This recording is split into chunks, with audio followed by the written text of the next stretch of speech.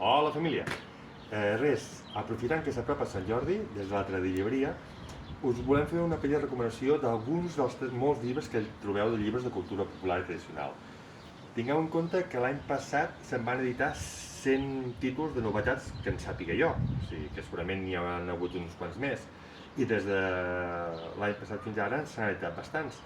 Per tant, he fet una petita tria de molts llibres en el que buscarem i parlarem per això de novetats i de clàssics. Acompanyeu-me, que veureu alguna cosa.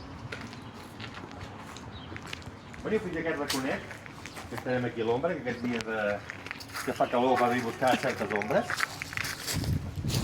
I començaré per un clàssic. Ell és un clàssic, en Jaume Arnella, però aquest llibre va sortir l'any passat i explica la seva vida.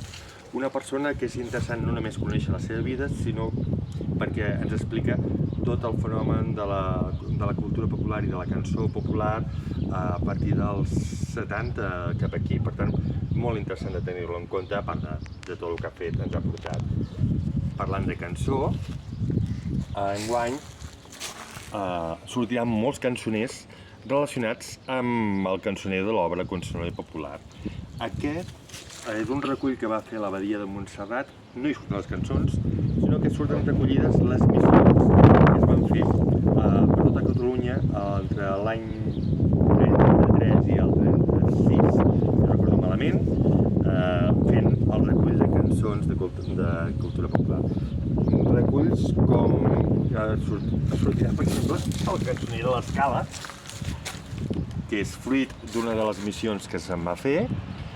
S'ha pogut fer aquest, el cançoner de l'Escala, per sortir també el de l'Areu Mill, sortirà un de l'Alt Empordà, moltes novetats que els que us agradi partitures i trobar variants de les cançons populars són molt interessants. Moltes d'aquestes cançons de vegades, depèn de la versió, les trobareu que la dona no hi surt gaire benvinguda. Per això us vull recomanar Revers. Revers és una traducció d'un llibre basc en el qual parla de com les dones persolaris, les dones que improvisen cantant, han hagut de lluitar per defensar el seu paper com un cantant més dalt de l'escenaris. És molt interessant perquè veureu moltes opcions, moltes entrevistes i moltes realitats que estaria bé que algun dia en parlessin de com a partir dels, sobretot a partir dels 90, aquest debat també s'ha produït a Catalunya. Jocs i cançons infantils d'abans. En aquest cas anem a un clàssic, no és una novetat, fa ja un parell de 10 o 3 anys que es va crear. En Josep Espunyes fa un recull de diverses cançons i jocs tradicionals molt centrats sobretot a la zona de l'Alt Urgell, Cerdanya, per aquells espais.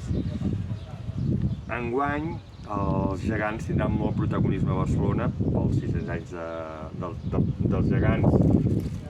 Per tant, vull recomanar-vos Corpus 700. És un llibre que va sortir l'any passat, parla de l'exposició degut als 700 anys del Corpus a Barcelona.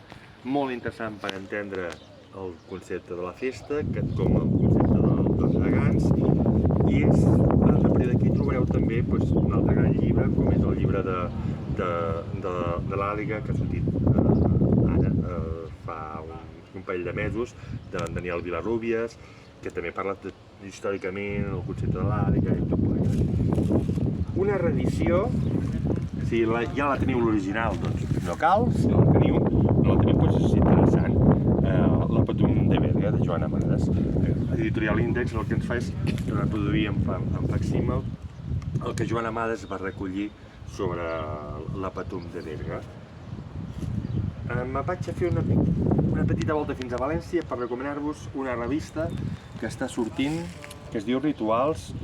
N'hi ha, teniu l'Acadèmia, teniu el Canamàs, són totes revistes que porten molt a la reflexió de la festa, de la cultura festiva.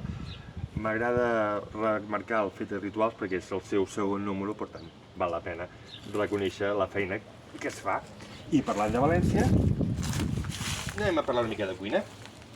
Cuina nostra. En aquest cas, en Casimir Romero ha fet una cosa molt xula, que és recollir durant molts anys converses a cuina, i la veritat és que a part de les receptes hi trobareu moltíssima informació del plat, del qui li explica. No aprofundeix excessivament, però sí que és molt interessant pels que vulgueu conèixer una miqueta la cuina popular, en aquest cas, sobretot situat al País Valencià. Similar, però ara saltem al Principat, tenim cuina catalana per a festes i tradicions. És un clàssic, i ja porten 8 edicions. És molt xulo perquè trobareu a cada pàgina una recepta d'un plat típic de la festa i l'explicació de la festa. Fins trobeu tortilla de reis fins a coses més significatives. I una novetat de cuina que és de l'hort del plat, del gran Pep Salsetes. En Pep Salsetes li devem tot un gran nombre de grans cassolades a l'entorn de les cuines populars, sobretot al Vallès, ha fet molta feina, tot el tema de recreacions de Can Llavó, per exemple, també és cosa d'ell, i aquí ens fa un recull de tot l'any, a partir de l'hort, com poden cuinar. Canviant una miqueta i anant cap a l'etnobotànica, tenim Sortim i cuinem. En aquest cas, molt situat a la zona del Bruc i el Montserrat, però és molt interessant, sobretot per la gent que us agradi la cuina vegana, perquè no només parla de plantes, sinó que ho afronta des d'un punt de vista vegà. Llavors, molt interessant, tant des d'un punt etnobotànic, per el coneixement de les plantes, de com menjar-les, com utilitzar-les, que sapigueu, n'hi ha molts, ens diu moltíssimes coses de temes de remeis i temes de cuines. Si us ajuda, m'ho dieu. De fet, per això d'etnobotànica us recomano molt Dones que anaven pel món. És un clàssic, jo crec que des de quasi bé dels inicis de l'altra llibreria que l'han anat recomanant, però val molt la pena. S'explica la vida dels trementinaires. Una vida molt interessant perquè són elles les que marxen a guanyar diners i són els homes que es queden a casa. I com? Caminant amb tot de plantes a sobre, des de Tuixén fins a l'Empordà, fins a diferents espais en què donaven a conèixer, venien els ungüents o havia d'això. No són remeieres, sinó que és un concepte una miqueta diferent, com més quasi bé a mig camí de la farmacèutica, diria jo. Aquí veureu un estudi molt ben treballat, de fet és la base també del museu de les trementinaires de Tuixén i tot. Deixem un moment l'etnobotànica per anar-nos als instruments. D'instruments de música tradicional en trobareu molts llibres, sobretot de partitures. És a dir, que els darrers anys s'han editat moltíssims, amb mètodes, partitures vàries, reculls, n'hi ha molt. Com que m'era molt difícil de triar quin, us he anat a buscar el llibre de l'Anis Falcó, que ja va sortir fa 2 anys, i és molt interessant perquè ens fa una miqueta el treball de parlar el que és l'instrument des de la veu, des de l'instrument de percussió més senzill, fins la gralla, el flabiol i molts altres. Molt visual, molt bonic, tan interessant pels que saben una mica o molt de l'instrument, pels que simplement tenen curiositat. Parlant dels que simplement tenen curiositat, avisar que es va reeditar el galop. Jo diria que no hi ha escola a Catalunya que no el tingui, i era el que, per exemple, surt al Ball de Castellers de Cardona, surt en moltes altres danses, molt important perquè és un mètode molt pensat per a escola, però per iniciar la dansa als infants està molt bé, el Cercle de Danses va fer molta feina. Però si dieu, jo vull reflexionar una miqueta més sobre la dansa, en Pompili ens ha fet una cosa molt curiosa que es diu Història de la Sardana i la baula perduda. Molt interessant perquè ens parla primer de les teories que se n'ha fet a l'entorn de l'origen de la sardana, moltes d'elles ràpidament desmuntables i perquè desmuntables. Llavors, a partir d'aquí ell construeix una hipòtesi d'un possible origen de la sardana, molt ben estructurat, i a més fan la seva evolució històrica fins ara fa poc, per dir d'alguna manera. Un llibre per anar llegint, per anar digerint mica en mica, com el santificaràs les festes. La Maria Gargante, en aquest cas, jugant amb el concepte bíblic, del santificaràs les festes, es fa tot un treball reflexiu de la festa actual, dels seus orígens, les seves relacions amb la cultura, amb l'art. És un concepte molt interessant i aquest sí que, no, tot i que sembli molt prim, no és per llegir d'una tirada, sinó per seure, pensar-hi, subratllar, estar-hi d'acord o no, però amb moltes aportacions molt interessants. Diguem-ne que m'agrada de tant en tant treure algun que sé que sortirà a les llistes dels més venguts, encara que us sembli mentida, però vaques. És la història d'una veterinària rural. La Imma Puigcorbé ha estat davant de la Revolució Pagesa i de les protestes que han hagut, i en aquest cas, aquell llibre, que va sortir una miqueta abans de totes les protestes, explica les seves curiositats com a veterinària. Molt interessant perquè en molts moments enllaça amb el passat de la vida rural, de l'oficis, del ramader. Per tant, és molt interessant perquè en aquest aspecte, en el meu cas, preveu una vàlua entre el passat, el present, possible futur d'un ofici, com és el del món rural de la granja. I parlant del món rural i de granja, ràpidament ens anem a les ovelles. Una novetat que ha sortit ara molt local, ho he de reconèixer, molt substituït al Solsonès i al Segarra, però que em serveix per parlar de molts llibres de la transhumància que podem arribar a trobar al mercat. Aquest ha sortit ara fa res i parla una mica de què és la transhumància, la seva importància a les comarques de la Segarra. Per tant, són llibres que podeu trobar-ne molts, però us vull recomanar aquest. Igual que en podeu trobar, no tants, però alguns, sobre arquitectura tradicional, i aquest és poder d'aquells senzills, però molt interessant, perquè ens parla de la pedra seca. I llavors és a partir d'una exposició de la Generalitat, doncs aquí trobareu què vol dir la pedra seca, tipus de construccions, com es construeix una miqueta. Per als qui us fa gràcia el tema i no en coneixeu massa, és molt interessant. Hi ha d'altres que aprofundeixen més amb el tema, però aquest és un d'aquells que s'ha de tenir. Com poder serà, aquest sí que anem enumerat, novetat, paraules d'antes. Molts haureu sentit la cançó que diu paraules d'antes. Doncs han fet aquest conte molt interessant perquè el conte juga a parlar de les paraules dels avis, de com es deien, del teatre, aquest joc una miqueta divertit. Molt interessant per entendre l'evolució de la parla, per veure que la parla és viva si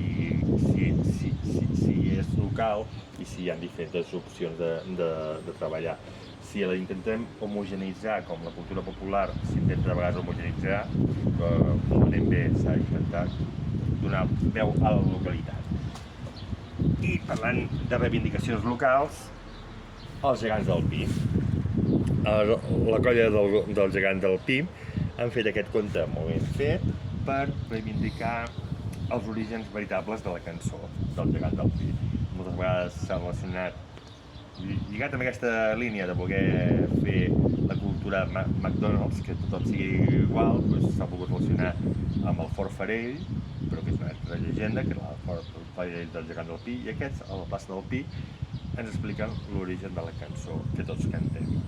En aquest cas és un conte il·lustrat, molt ben acompanyat. I parlant de gegants i de contes, un pipí gegantí.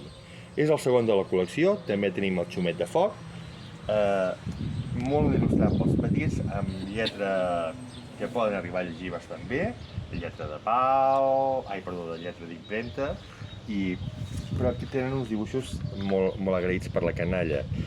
En aquest cas, ja no només parla dels gegants, sinó que sempre va acompanyat d'algun d'aquells valors pels infants. El xumet de foc és a l'hora de deixar el xumet, en aquest cas el del pipí gegantí juga al tema de fer un pipí abans d'anar de festa o d'anar a qualsevol lloc, o quan deixen els penyals. Per tant, molt divertida la idea d'agafar un concepte que a la canalla els agrada, com som els gegants, com som els correfocs, i aprofitar per explicar les coses d'ells. I capacitat de moure les coses i convertir-les en una cosa interessant, on és l'Estela, una història de castells. L'Estela es va fer famosa durant el procés pel seu compte, però en aquest cas l'Estela ens fa un viatge pels moments més importants del món casteller. I ens fa el típic buscar aquí quantes estels hi ha, quan les faixes, no sé què, tot plegat, molt interessant. I llavors el més xulo és que et va parlant dels moments més importants del món casteller. Com moments importants han tingut el món de les bruixes.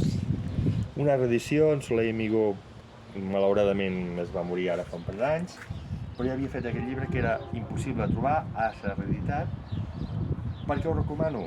Perquè les bruixes es pentinen ens parla una miqueta de la bruixa històrica, la bruixa que en un moment històric va ser perseguida, però també ens parla molt de la bruixa popular, de la bruixa que hi ha de les llegendes, i ens ofereix algunes teories que molts folcloristes han lligat del concepte de la bruixa, la fada, com es relacionen amb moltes històries. Molt recomanable per entendre com hem arribat a fer les festes de bruixes a molts pobles actualment. I el darrer que us volia recomanar és el rector de Vallfogona.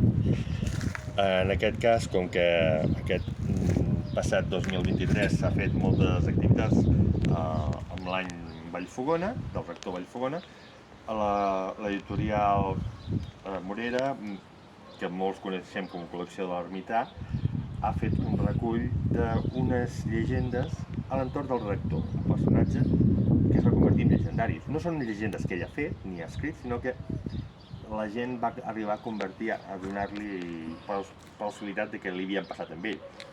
És el que passa que amb els personatges que es fan famosos amb els anys doncs es converteixen en mig històrics i mig llegendaris. Molt divertit perquè no hi descobrireu massa el personatge en si, però sí que hi descobrireu la manera com interpretem les persones, aquelles persones populars i ens serveixen per explicar moltes coses. Res, en tot això, des de l'altra llibreria, recomanar-vos un bon Sant Jordi, i si voleu que en parlem més, només falta que m'ho digueu. Fins la propera.